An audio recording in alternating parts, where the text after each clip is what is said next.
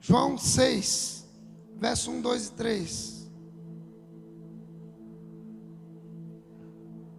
Passando algum tempo, Jesus foi para outra margem do mar da Galileia, que é o mar de Tiberíades.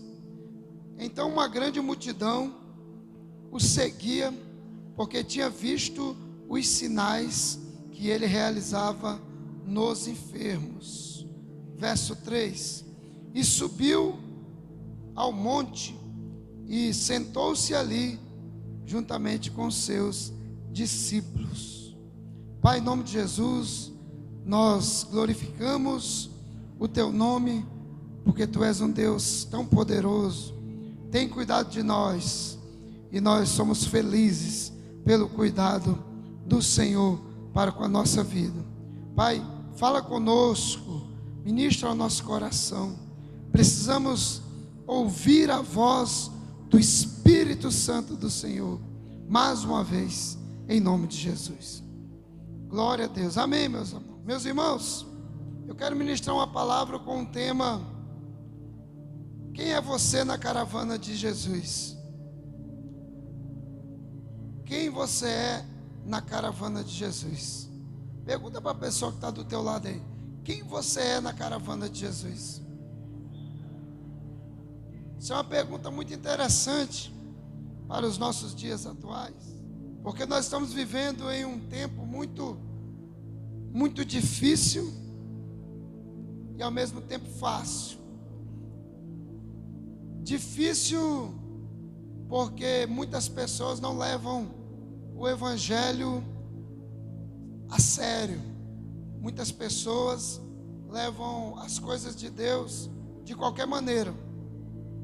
O grupo de pessoas que servem a Deus de qualquer jeito é bem maior do que aquele grupo que serve a Deus de verdade, com o coração, que serve a Deus de verdade com a sua alma. Quando nós olhamos para o cenário cristão que nós vivemos no século 21, nós vemos a ação do diabo em conseguir ludibriar a grande massa cristã, dizendo que você pode viver assim, que está tudo certo, você não precisa fazer mais nada, que Deus é bom, que Deus é justo, que Deus é amor.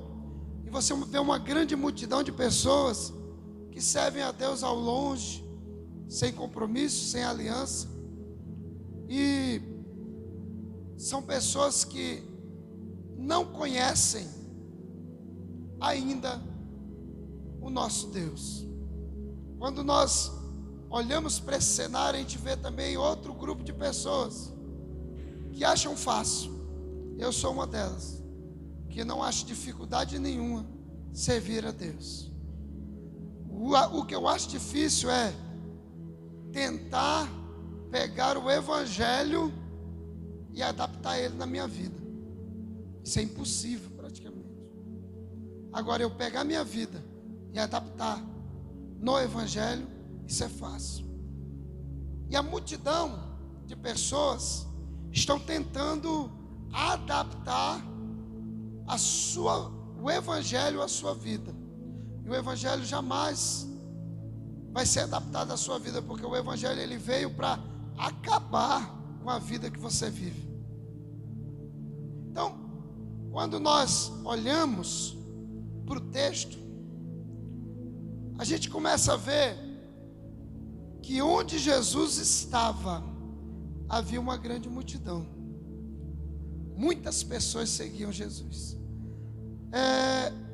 Eu não sei se você tem assim em mente, mais ou menos o número de pessoas que andavam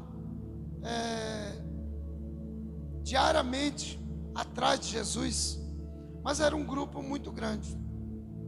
Era um grupo de 20, 30, 15 mil pessoas, 5 mil pessoas. Onde Jesus estava, eles iam atrás, porque essa multidão, ela seguia Jesus porque ela olhava os benefícios de seguir Jesus. Amém? Os benefícios, o que elas poderiam extrair desse homem chamado Jesus. Por isso a multidão era muito grande, porque eles queriam benefícios para a vida pessoal. Quando Jesus então chama os seus discípulos, chama os seus 12, Jesus ele chama os seus discípulos para uma missão especial. Quando Jesus chama os seus discípulos, ele chama os discípulos dele do meio de uma multidão, do meio de muitas pessoas. Jesus selecionou 12 pessoas. Essas 12 pessoas participaram do que nós podemos chamar de uma escola de milagres, uma escola onde Jesus era o professor no tete a tete, mostrando para eles como seria realmente ser um discípulo de Jesus. E nós vemos que Jesus, ele não desprezava a multidão. Onde a multidão ia, milagres aconteciam. Então, tem algumas passagens que nós vemos, por exemplo, a passagem da multiplicação de pães, onde havia uma grande multidão. E os discípulos chegam até Jesus e dizem: olha, é bom que o Senhor dispensa a multidão, porque aqui está longe da cidade e não tem comida para esse povo. Até que um dos discípulos de Jesus se aproxima até ele e diz: olha, tem um menino aí que tem o quê? Tem o quê? 7 pães e 2 peixinhos. Isso parece uma coisa assim irrisória, né? Perante uma multidão de 15, 20, 30 mil pessoas. Mas Jesus estava ensinando ali os seus discípulos uma escola de milagre. Então esse discípulo traz até Jesus esse menino com 7 pães e 2 peixinhos. Ou era o verso? Agora até era 5 pães e 2 peixinhos, né? Eu inverti. Eu falei foi 7, né? Aumentou, né? Jesus está multiplicando. Lembrei da música do 4 por 1, 5 pães e 2 peixinhos. Aí lembrei, né? Jesus então pega esses peixes e esses pães e levanta ao céu, agradece e multiplica diante daquela multidão e dos seus discípulos. E a Bíblia diz ali que houve uma multiplicação e os seus discípulos ainda, depois daquela grande refeição, ainda ajuntaram 12 cestos de pães. Olha que coisa interessante. Onde Jesus está, havia milagre. Aqueles homens viram milagre. Os discípulos viram milagre. A multidão viu milagre. Então Jesus, ele tinha essa escola de milagres. Quantos daqueles que estavam ali viram Jesus chamando aquele homem da mão seca ou ressequida para o meio e curou aquele homem? O homem ficou com a mão boa. Quantas pessoas, a multidão estava numa certa casa, Jesus estava dentro de uma casa e havia uma multidão do lado de fora e pessoas do lado de dentro, e alguns amigos resolvem descer um paralítico pelo teto, e Jesus cura ali na frente dos seus discípulos e na frente daqueles que estavam ali na casa. A filha de Jairo ressuscitou diante dos olhos de muitos, inclusive dos discípulos de Jesus. Então nós vemos que Jesus, ele deu sinais e fez maravilhas, na frente dos seus discípulos e da multidão. Jesus sempre fez isso. Certa feita Jesus entra num barco no mar da Galileia e diz para os seus discípulos: vamos atravessar e vamos para o lado de lá. E ele aproveita para tirar uma soneca, né? Eu não sei se ele tinha comido um churrasco de peixe. Eu não sei se vocês têm esse costume, mas quando a gente come aquele peixe, dá um sono, irmão. Parece que tem sonífero, né? No peixe, ainda mais quando é domingo, aquela caldeirada abençoada. Aí, meu irmão, você entra, como diz o ditado, você entra em Nárnia, né? Entra pelo guarda-roupa de Nárnia e vai para outro planeta. Você dorme que nem uma criança. Quando nós olhamos, Jesus está dormindo no barco. Acho que Jesus nem estava dormindo, estava fazendo um teste com eles. Ali estava todo mundo. E você sabe que o barco quase ia se afundar. Eu assisti um documentário nessa semana do Mar da Galileia. É um lugar lindo, irmão, maravilhoso. Tem barcos lá. Claro que não tem barco como eram os barcos daquele tempo, mas tem pescaria. É um lugar maravilhoso. Jesus então é despertado por causa do medo que eles estavam passando. Eles estavam atormentados com o vento, eles estavam atormentados com o saculejo do barco e Jesus dormindo. Eles vão lá e desperta Jesus. Jesus vem, acorde a gente. Jesus, o barco vai afundar. E é interessante como que a gente vê ali a ação de Jesus intervindo nas forças da natureza, na água, no vento. Jesus simplesmente fala: mar, aquieta-te, vento, aquieta-te, e tudo para. E a Bíblia diz que há uma bonança sobre aquele lugar. Eu fico pensando, irmão, os discípulos de Jesus, como eles ficam. Eles ficam tão embasbacados que eles olham um para o outro e falam assim: quem que é esse homem aí? Que até o mar e o vento o obedecem. Jesus chama eles de homens de pouca fé. Outra feita, Jesus está em um lugar, indo com a caravana dele, com seus discípulos e a multidão. Do lado de lá vem outra caravana, a caravana da viúva de Israel, viúva de Naim. Vem ela com um filho no caixão para enterrar o seu filho. Aquela mulher vinha, na verdade, enterrar os seus sonhos e a sua vida junto, porque ela já havia perdido o marido e agora ela tinha perdido o filho.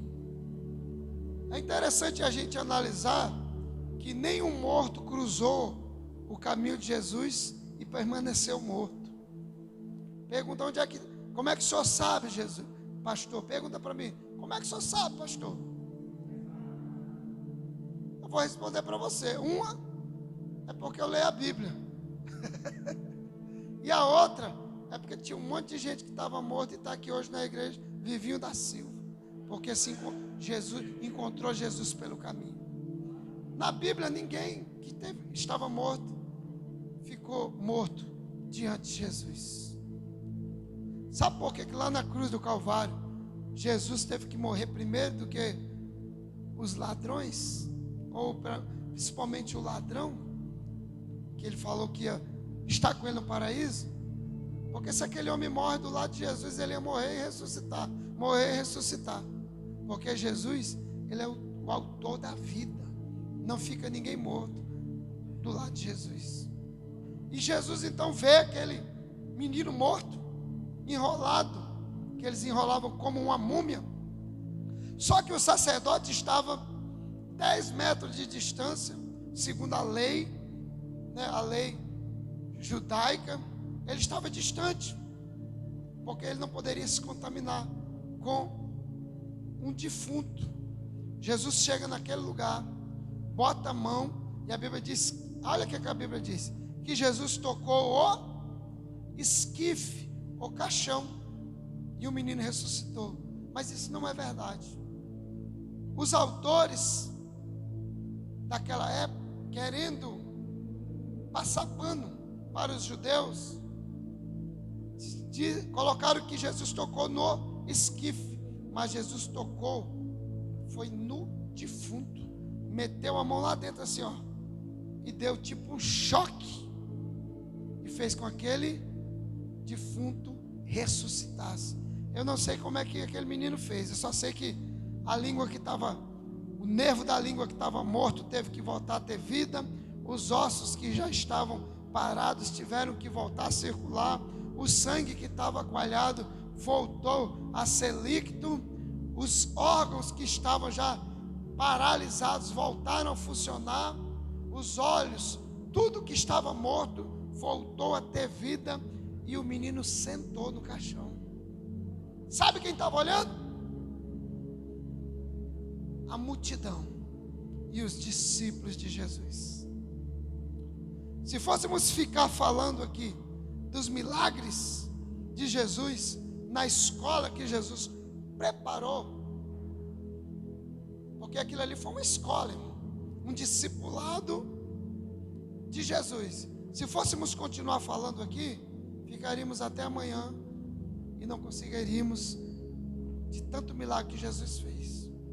Eu falei um pouco sobre os milagres para fazer uma introdução naquilo que nós queremos passar hoje para a igreja. Amém?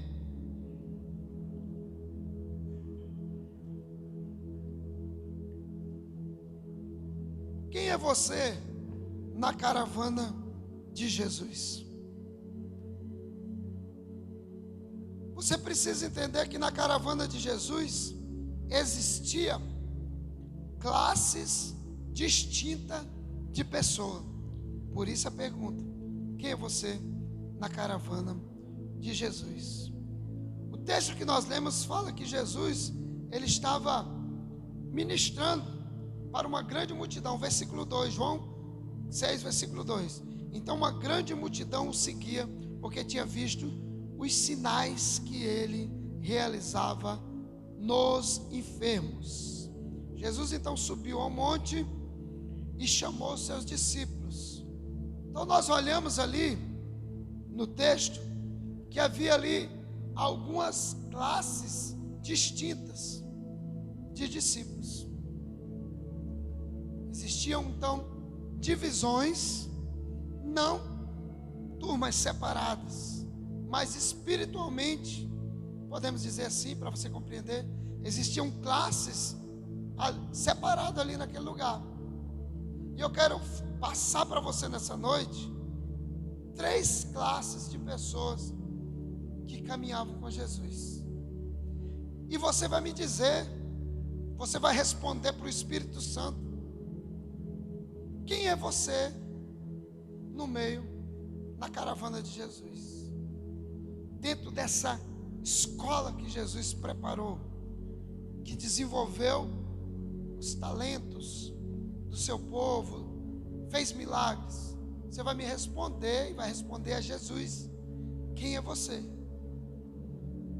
Você também vai entender que, por mais que você fale que você está em uma classe, as pessoas que você convive sabem qual é a classe que você faz parte. Então, por mais que você fale, eu sou da classe fulano, as pessoas que conhecem você vão dizer: não é não, não é nica tica tibirica, não é mesmo.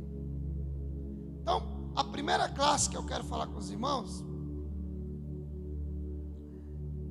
chama uma classe que se chama multidão.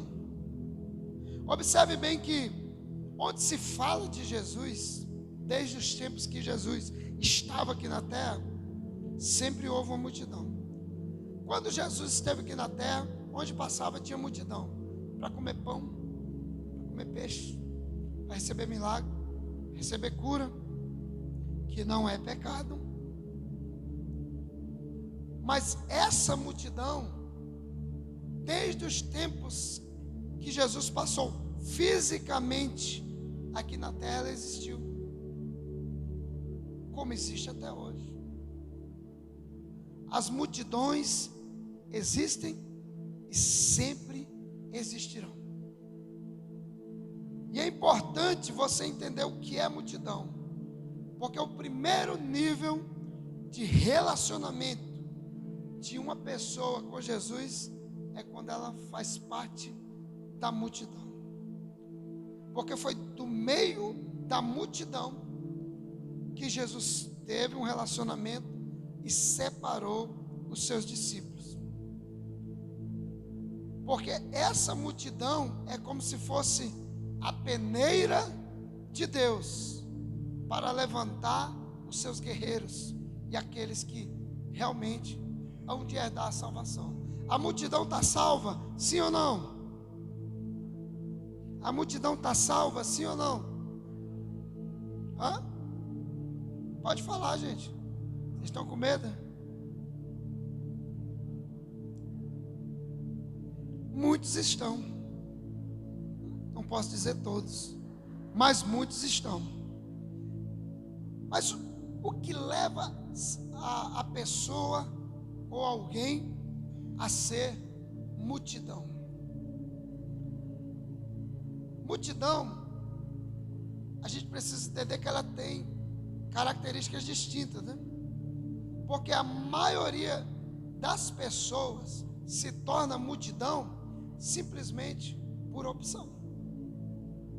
As pessoas, elas optam em ser multidão.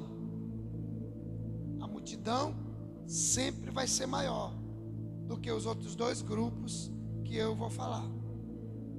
Então, a multidão é quando a pessoa opta em ser multidão.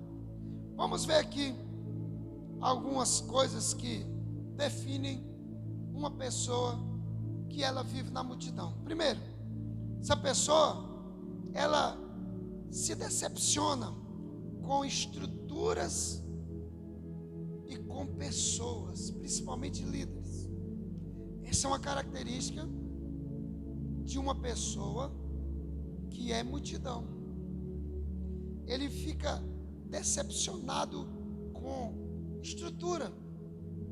Ele vive decepcionado com estrutura de ministério, equipe de louvor, dança, teatro, intercessão, diaconato, pastoral, igreja.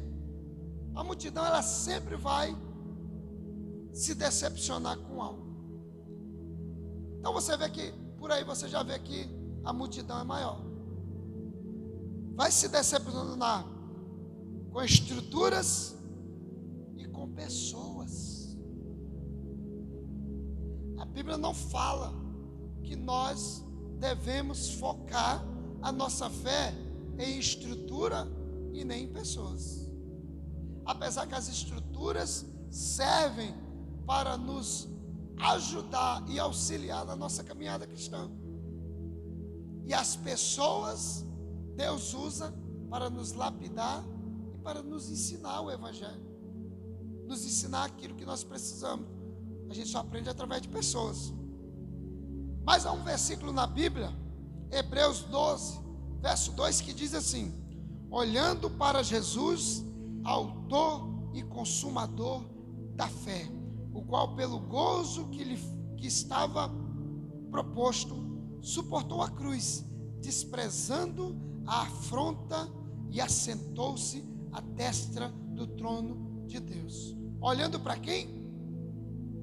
Para Jesus. A multidão, ela olha para Jesus, mas ela olha para estruturas, olha para pessoas. Por isso, sempre vai haver pessoas decepcionadas, porque a multidão é maior do que as outras duas classes que eu vou passar para vocês. A multidão, ela quer o pão. A multidão, ela quer o milagre, que não é pecado, mas é muito pouco para quem quer Deus. A multidão é caracterizada também por pessoas que têm medo de serem conhecidas como cristão. Você sabia que tem gente que tem medo, vergonha de ser caracterizado. Você é evangélico? Eu? Não, eu só vou lá na igreja aos domingos. Dissestes bem, às vezes você não é mesmo não, porque a multidão, ela não quer compromisso. Amém? Fala para o irmão que está do teu lado: multidão não quer ser reconhecida, não quer ser conhecida pelas pessoas. O temor da rejeição também é muito grande, porque elas têm medo de serem rejeitadas, de se decepcionarem. Elas têm medo das pessoas explorarem ela. Eu até concordo com você. Tem gente que tem medo de ser cristão mais firme, porque tem medo de alguns pastores que são mercenários, que abusam e abusam das igrejas, da estrutura da igreja. Mas você não pode ficar com medo de servir a Deus, de conhecer mais o Senhor, por causa de uma estrutura que não está sendo bem gerida, por causa de um pastor, um líder ou uma pessoa que se diz cristã e não tem responsabilidade cristã. Você não pode ficar com medo de servir a Deus. Eu não vou me firmar não, porque eu tenho medo de acontecer do mesmo jeito que aconteceu com fulano. Por isso que eu não quero compromisso. E isso é uma mentira do diabo. A multidão, às vezes é multidão porque ela ignora o melhor de Deus. Irmão, tem gente que se contenta com apenas com pão, quando que Deus quer dar um manjar para ele. Tem gente que se contenta com o pão e o peixe, quando que Deus quer dar um manjar para ele. A multidão, ela ignora, por não conhecer as escrituras. Jesus disse para os seus discípulos: vós errais por não conhecerem as escrituras. A multidão não conhece as escrituras, por isso ela é ignorante no que diz respeito às promessas de Deus. Ela vai sempre andar no raso. A multidão, ela tem dificuldades, porque ela ainda participa das obras mortas da carne. Você já viu aquela pessoa que durante a semana ela não tem nenhum tipo de aliança com Deus? Ela não medita na palavra, ela não ora, ela não jejua, ela não assiste uma mensagem, pelo menos ali na internet, ou escuta um louvor, mas ela participa de todo tipo de ação no decorrer da semana. No trabalho ela tem contato com o bêbado, com o espírita, com o cachaceiro, com a mulher que quer trair o marido, com o marido que quer trair a mulher, com aquele camarada que quer roubar a empresa. Ele tem contato com todo esse tipo de pessoa. E muitas das vezes ele tem amizade e comunga de uma comunhão com esse tipo de pessoa. E quando ela pensa em assumir um compromisso com Deus, ele pensa assim: não, para mim não dá não, só vou ficar só até aqui mesmo. É a multidão que tem participação ainda nas obras da carne. A multidão, ela está visando benefício para sua mão, obras da carne, aquilo que lhe dá prazer, não aquele que gera prazer a Deus. Isso é a multidão. Por isso que havia um grande número atrás de Jesus. Existem igrejas, muitas igrejas, que produzem multidões, porque não permitem o fluir do Espírito Santo e nem instrui o seu povo com o evangelho verdadeiro, porque a multidão anda atrás daquilo que é facilidade. Se você pregar confronto, pregar contra o pecado, pregar santidade, falar de coisas assim, talvez você nunca terá uma igreja que seja uma multidão. Talvez você nunca tenha uma célula que seja uma multidão. Mas uma coisa eu vou falar para você: aqueles que estiverem na tua célula, aqueles que estiverem na igreja, esses vão estar instruídos na palavra. Tem igreja por aí que não ensina sobre a ceia, que não ensina sobre casamento, que não ensina sobre nada. Porque se falar sobre esse tipo de assunto, as pessoas vão embora. Irmão, se for para a pessoa ficar e não se arrepender e não mudar de vida, que adianta ela ficar na igreja se no final da vida dela ela vai para o inferno do mesmo jeito, estando na igreja todos os domingos e indo para o inferno, a eternidade sem Jesus. A multidão, ela não quer ouvir o sermão. A multidão, ela quer comer do pão e do peixe. Certa feita Jesus pregou um discurso duro. Todo mundo começou a ir embora. Pedro chegou até Jesus e disse: Senhor, essa palavra é muito dura. Jesus olhou para ele e falou assim: vocês também não querem ir embora, não? Foi com essas palavras, mas esse discurso: vocês também não querem ir embora? Pedro disse: para onde a gente vai, se só tu tens a palavra de vida eterna? A multidão, ela quer facilidade. Esse é o primeiro grupo. A multidão, ela também é aquela, ela tem uma característica, porque são pessoas sem compromisso. Elas não têm compromisso nem com elas mesmas,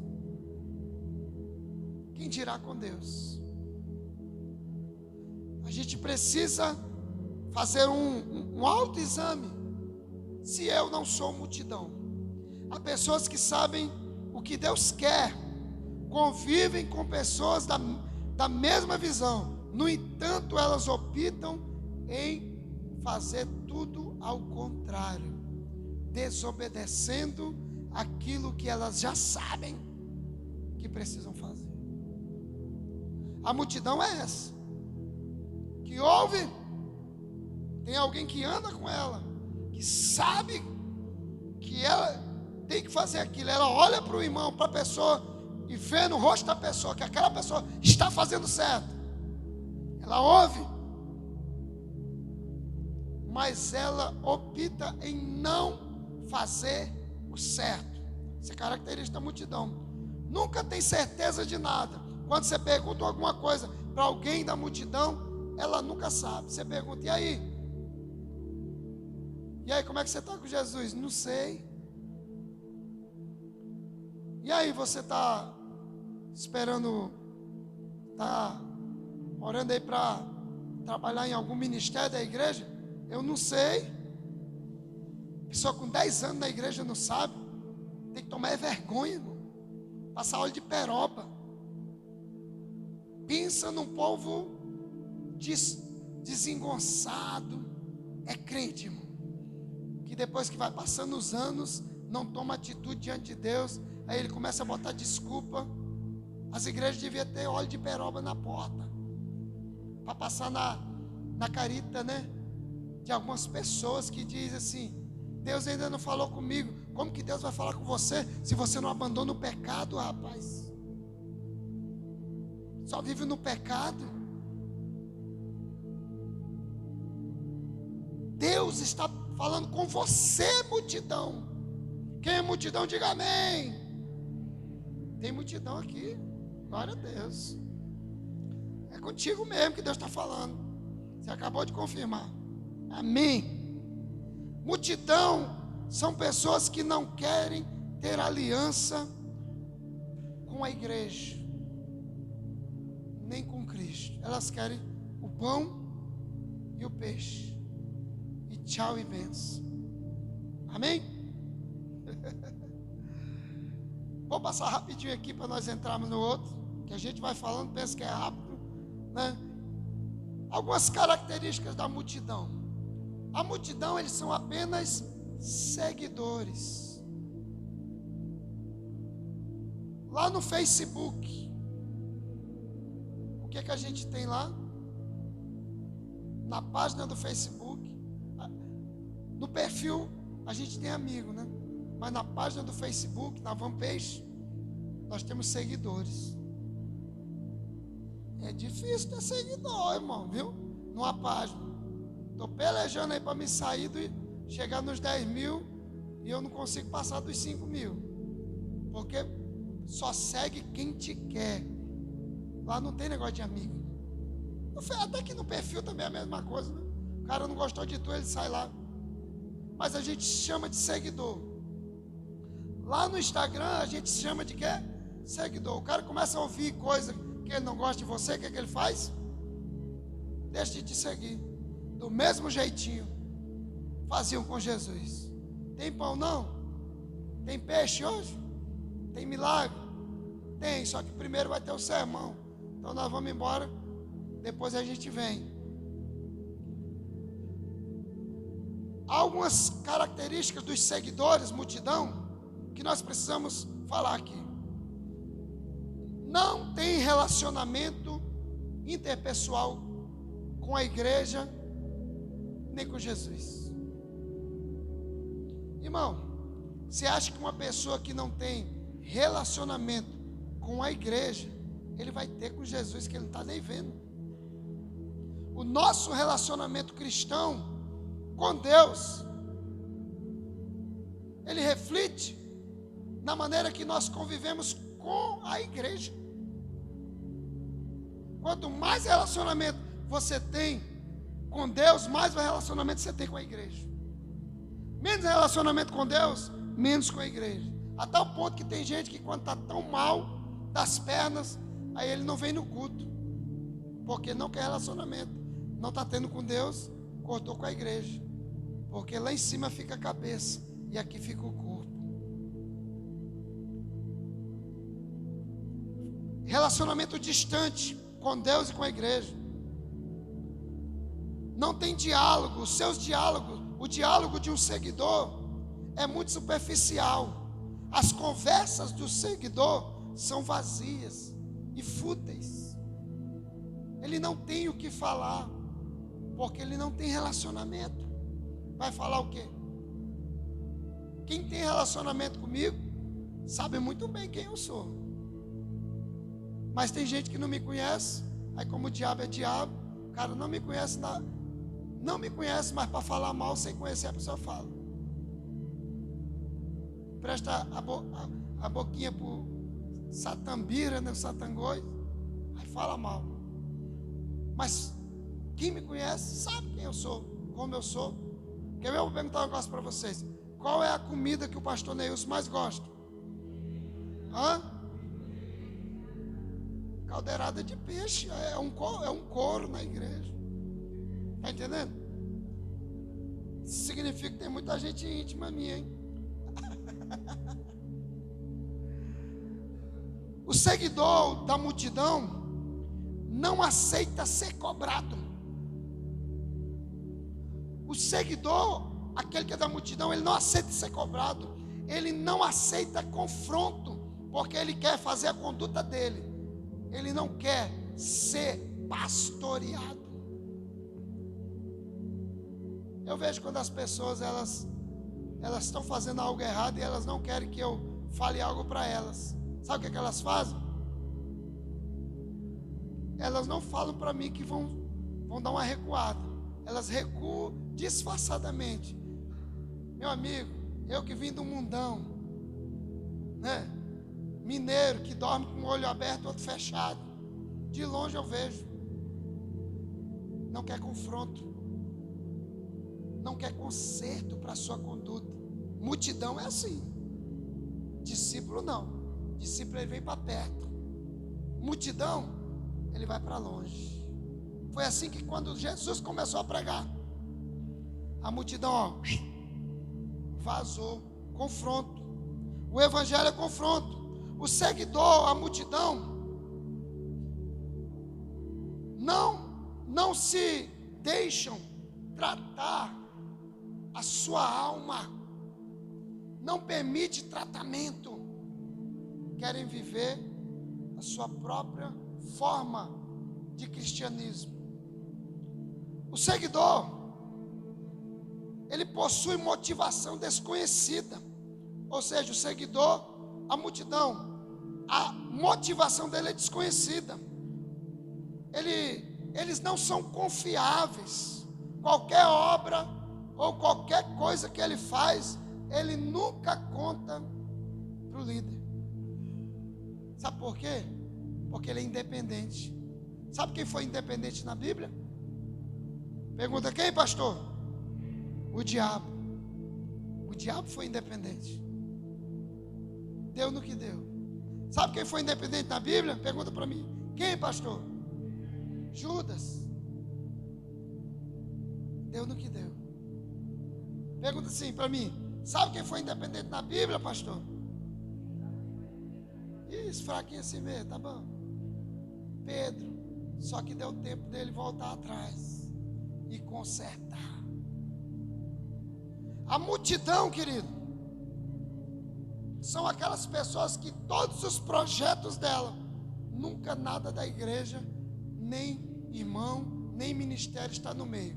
Todos os planos dela é fora vida espiritual. Você não sabe nada que acontece na vida dessa pessoa. Tem pessoas aqui da igreja que deveria pegar essa palavra hoje.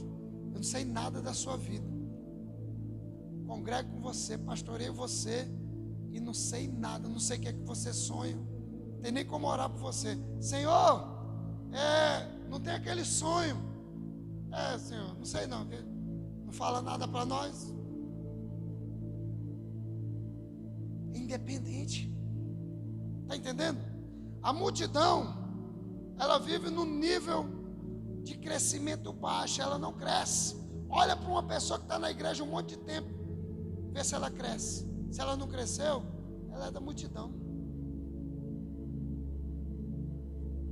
Tem gente que chega na igreja, irmão, 3, 4 anos, ele está lá em cima. E tem gente que está 10 anos. Pastor, eu estou pensando nisso. Pensando, irmão, tu já era para ter, era 2, 3 gerações de discípulos abaixo de você. Com esse tempo todo de cristianismo. Olha para quem está do lado esquerdo e direito e diga assim: se você não está crescendo, você é multidão. Porque a multidão, ela é totalmente independente. A multidão, ela não pede para o pastor orar, não pede para um outro irmão orar por uma causa. Ele não fala nada. Tudo ele quer levar no peito. Está entendendo? Tem muita gente que vai para o inferno porque não consegue viver em comunhão. A multidão, querido, são aquelas pessoas infantis. Elas são confusas. São pessoas religiosas. Pessoas que só vivem para a vida material. Essa é a multidão. Gente infantil, gente religiosa, gente confusa, que não sabe. Um dia tá dizendo que família é bênção de Deus, no outro dia está dizendo que vai viver a tua vida, eu vivo a minha. É uma pandemônio no meio. É uma mistura de pandemia demoníaca, né? Pandemônio. Não sabe o que quer, é multidão. Está entendendo? Multidão é materialista. Eles só iam atrás de Jesus por causa do material. A multidão, ela não herda, ela não consegue ter herança espiritual dos seus líderes. Olha, eu vou falar para você. Tem muita gente aqui da igreja que não tem um pingo de herança do pastor Neilson.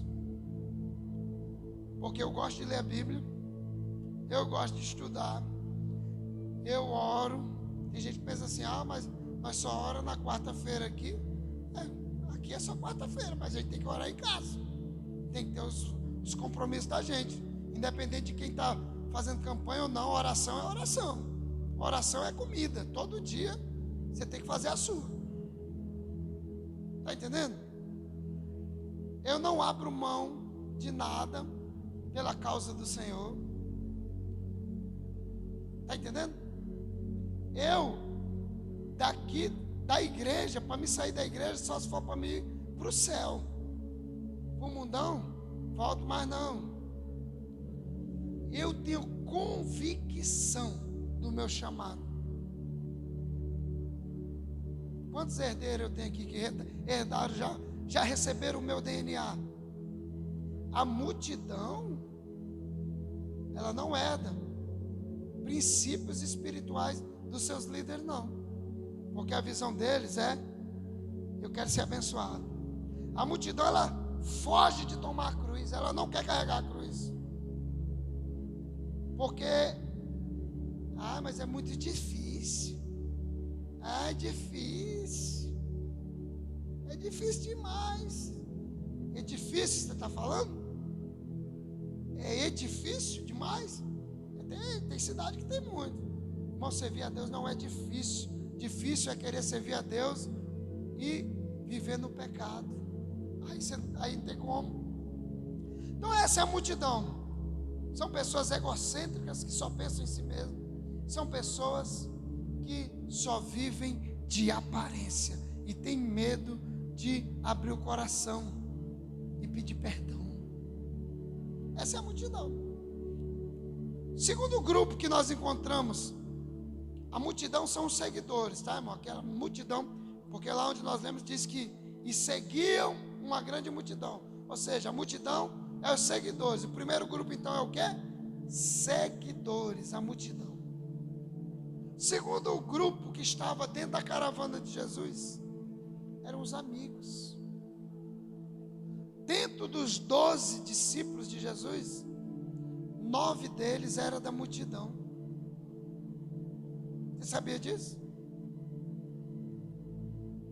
9 deles. Tinha o Tomé, que não acreditava em muita coisa. Ele multiplicou. Tomé, tu viu? Jesus multiplicou 5 pães e 2 peixinhos. Não sei não, hein? Será que não foi alguma coisa, obra da ciência, do acaso? O homem era descrente, irmão. Eu vou acreditar quando tiver mais um milagre. Aí Jesus foi lá, curou o paralítico. Ele, não sei. De repente ele já tinha tomado um anador, né? Mas quando ele fazia outro milagre, irmão, Jesus morreu e ressuscitou. E o homem ainda não estava acreditando. Está vendo como é que era a multidão? É Jesus mesmo? Eu não sei não, hein? Está aqui os buracos aqui, homem. Sou eu. Olha para você ver, dentro dos discípulos tinha multidão. Dentro dos discípulos tinha o segundo grupo de pessoas que eram os amigos. Dentro aqui da igreja tem a multidão e tem os amigos também.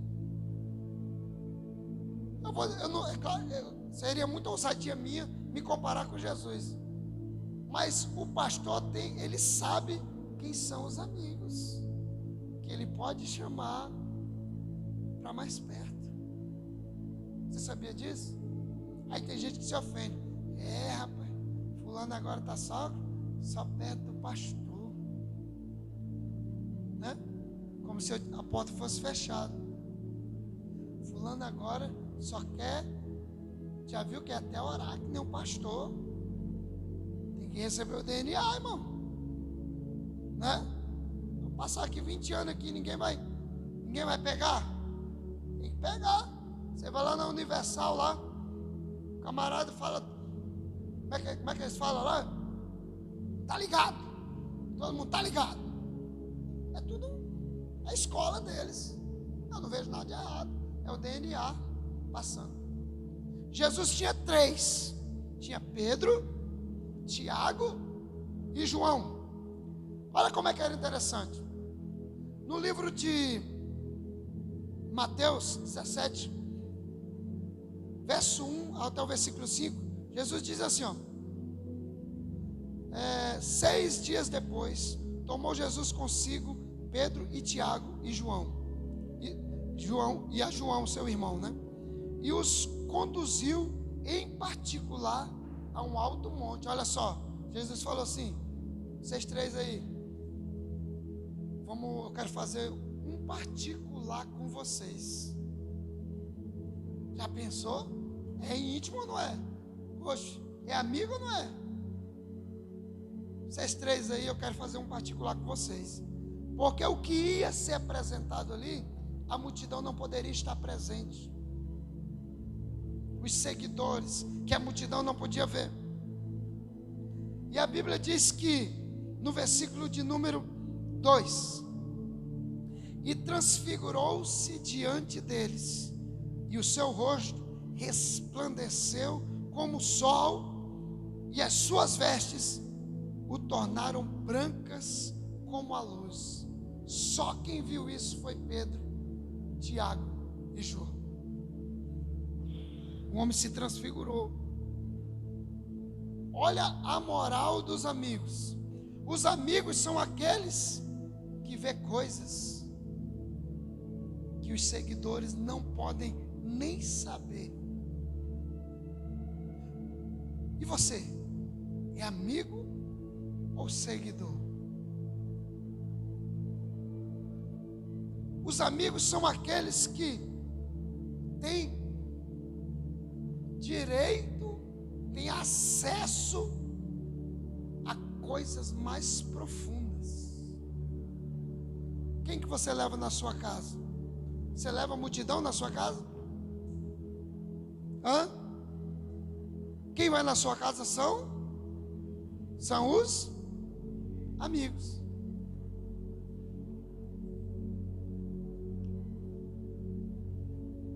Pedro, Tiago e João eram amigos. Os outros ficaram lá embaixo. E eles: sobe aqui comigo, aqui no monte. Eu quero ter um particular com vocês. Vocês acham que a multidão, como é que eles ficam, a multidão? Rapaz, mas é só o Pedro, o Tiago e o João. Aí Jesus pensou assim: eles vão ficar chateados, então semana que vem nós vamos chamar todo mundo. Jesus estava preocupado com isso. Quem faz isso é nós, que compartilhamos coisas que só amigos podem saber, só amigos podem ver. Jesus, ele está falando aqui que ele precisa de uma geração de amigos. Quem é amigo de Jesus, diga amém. Jesus compartilha coisas profundas, mais profundas com os amigos. Nessa transfiguração apareceu Elias e Moisés. Apareceu Elias, que simboliza os profetas, representação ali dos profetas, e Moisés, que representava a lei, e Jesus, que representa toda a graça, toda a virtude que existe no universo. Só eles tiveram o privilégio de ver. Imagina eles descendo lá de cima. Aí Tomé: e aí, como é que foi lá? É só para os amigos lá. Só para os amigos. Não é desse jeito quando alguém está crescendo na presença de Deus, que tem aquela reunião especial e alguém pergunta assim: e a reunião lá? Rapaz, a reunião lá foi algo particular. A multidão fica assim: eu queria saber o que está acontecendo, o que aconteceu? Você sabia que tem coisas aqui da igreja, que tem pessoas da igreja que sabem, mas mais ninguém sabe. Só os amigos que sabem. Está entendendo? Que foi compartilhado. Pastor, o senhor está fazendo acepção com pessoas? Não estou fazendo, até porque a porta dos amigos está aberta para quem quiser entrar. Quem quiser ser amigo, a porta é deste tamanho. Quem quiser ser meu amigo, a porta é deste tamanho. Só que não é fácil ser amigo do pastor. Porque aí como diz o ditado, o caldo engrossa. É mais responsabilidade diante dos homens e diante de Deus. Mais responsabilidade. Então nós vemos que esse grupo era um grupo especial. Só que dentro desse grupo existia uma terceira classe de pessoas, que aqui é representado pelo apóstolo João. Aqueles três eram amigos de Jesus, mas somente um era íntimo. Eu vou dar um exemplo para você. Um churrasco na sua casa. Churrasco lá na casa do irmão Gelson. Quem que ele vai convidar?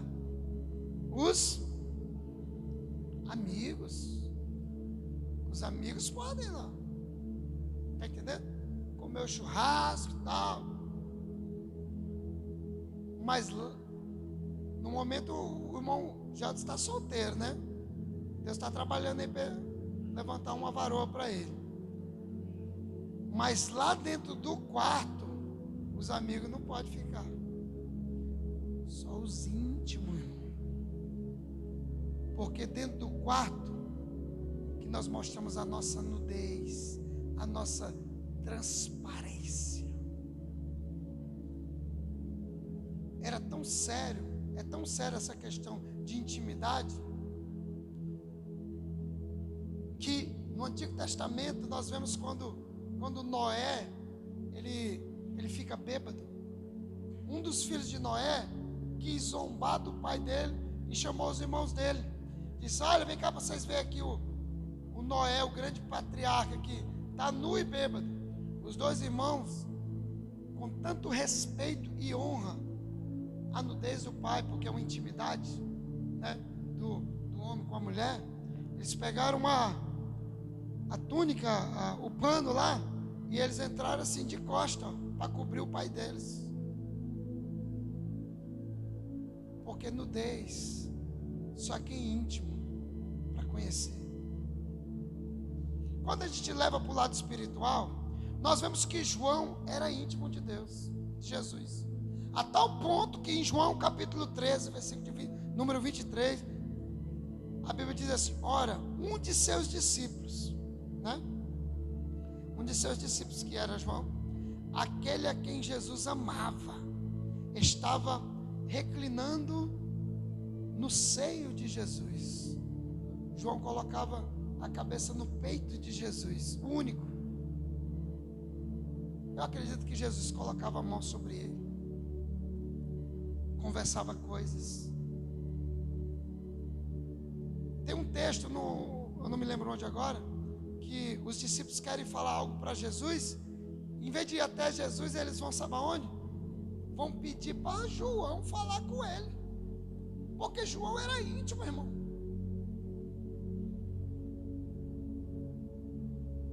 João, ele foi tão íntimo de Jesus, que todos os discípulos de Jesus, os apóstolos, eles morreram martirizados, sofrendo, passaram por lutas, decapitado, flechado, jogado do prédio,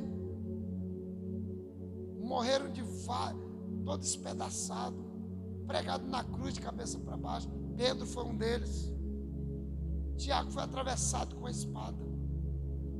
Mas o único que viveu e morreu de morte natural foi João, porque João era íntimo.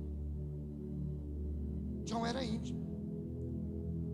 O íntimo é aquele que, quando todo mundo vai embora, todo mundo abandona, quando tudo vai mal, ele vai continuar do lado do Senhor Jesus. Quando Jesus foi preso, todo mundo, João foi o Pedro foi para um lado. De repente alguém chega e fala: ei, tu não é um daqueles lá dos galileus? E eu não, você está doido. Ei, tu é um galileu, a tua fala te condena. Não sou não. Pela terceira vez, a mulher reconheceu ele. Tu és um deles. Não sou. Pedro, ó, vazou. A multidão vaza na hora da luta. A multidão vaza na hora da dificuldade. A multidão, meu irmão, vaza, os seguidores. Os amigos, na hora da luta, tem amigo que nem aparece nem para segurar, nem para fechar a tampa do caixão. Mas aqueles que são íntimos, verdadeiramente, na hora da luta, eles vão estar do lado. João estava lá debaixo da cruz. Você quer ver onde João estava? Olha o que Jesus fala para ele. João 19, 25, 26 e 27. E junto à cruz de Jesus estava a sua mãe e a irmã de sua mãe, Maria, mulher de Clopas, e Maria Madalena. Verso 26. Ora, Jesus vendo ali a sua mãe Jesus vendo ali a sua mãe e o que o discípulo a quem ele amava estava presente, ele disse à sua mãe: mulher, eis aí o teu filho. Verso 27. Depois disse ao seu discípulo: eis aí a tua mãe. E desde daquela hora, o discípulo o recebeu em sua casa. Jesus era tão íntimo de João que ele disse: João, essa aqui agora é tua mãe. Mãe, esse agora aqui é teu filho. Cuida dela, cuida dele. De tão intimidade que ele tinha. Ele passou isso. Pergunta para o irmão que está do teu lado: e aí? Tu é seguidor? Tu é amigo? Ou tu é íntimo? Os íntimos são aqueles que mais se parecem com seu mestre. Os íntimos são aqueles que mais se parecem com seu mestre. Lembra da mulher que foi pega no ato de adultério? Todo mundo joga pedra. Jesus, calma. A Bíblia está lá, na lei de Moisés diz que tem que matar todo foi pego em ato de adultério, tem que morrer apedrejado. Jesus fala assim: é verdade, quem que não tiver pecado, tira a primeira pedra. Depois ele olha para a mulher e fala: vai e não peques mais. Todos aqueles homens tinham ido embora. O interessante é que o discípulo, ele pega o DNA do mestre. João é o único da Bíblia, depois de Jesus, que a gente vê a graça e a misericórdia transbordar nas palavras dele. Olha o que João diz. 1 João capítulo 1, do 7 ao 10. Mas se andarmos na luz, como ele na luz está, temos comunhão uns com os outros. E o sangue de Jesus Cristo, seu Filho, nos purifica de todo pecado. Se dissermos que não temos pecado, enganemos a nós mesmos e não a verdade em nós. Verso 9.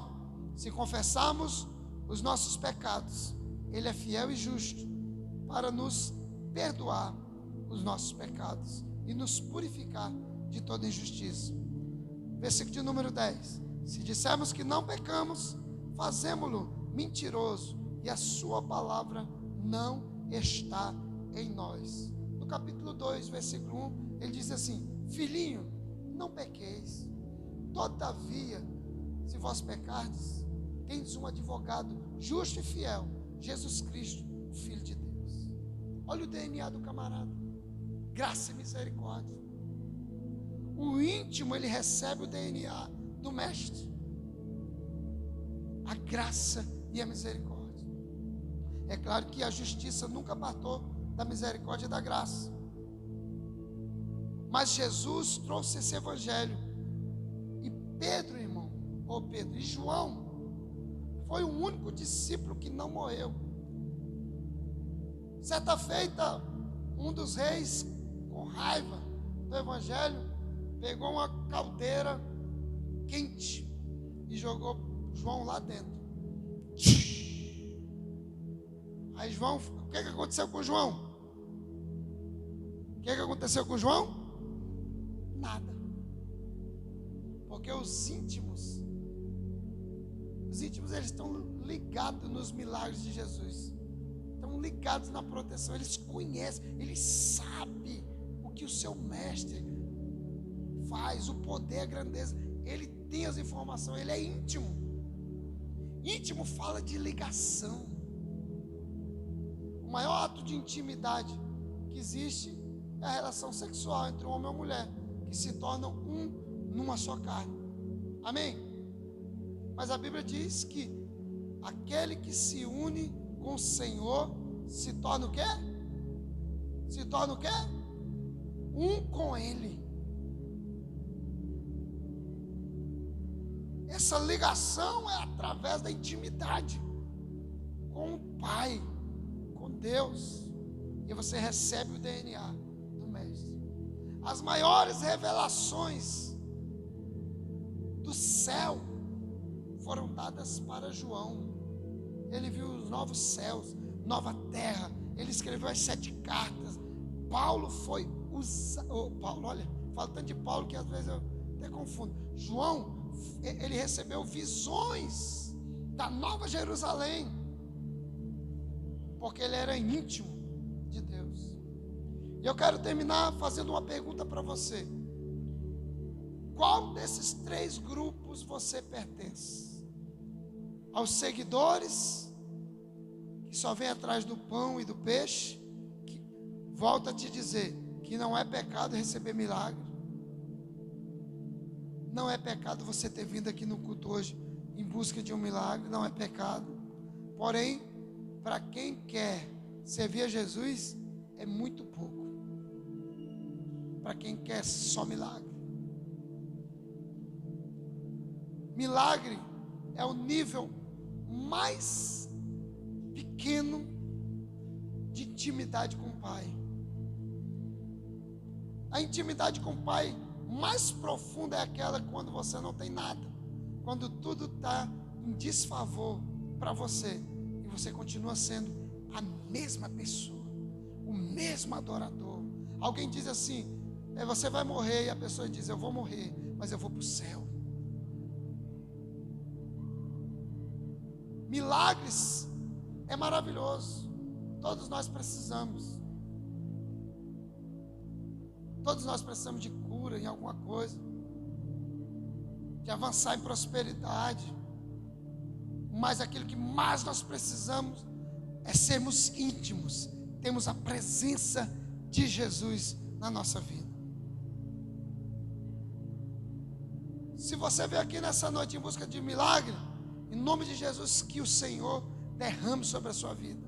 Mas não saia daqui sem avançar em mais um nível de intimidade com Deus. Seja íntimo do Senhor. Eu estou passando por isso, estou passando por aquilo. Você vai passar várias dificuldades durante a sua vida, mas continue sendo íntimo. O íntimo é aquele que sabe que Jesus é a cabeça, mas que a igreja é o corpo. O íntimo ele não consegue separar cabeça e corpo. O íntimo é aquele que sabe que a cabeça é Jesus, mas o corpo é a igreja. Então nessa noite, eu quero te convidar a tomar uma posição diante de Deus e ser mais íntimo, conhecer as profundezas do nosso Senhor. Amém?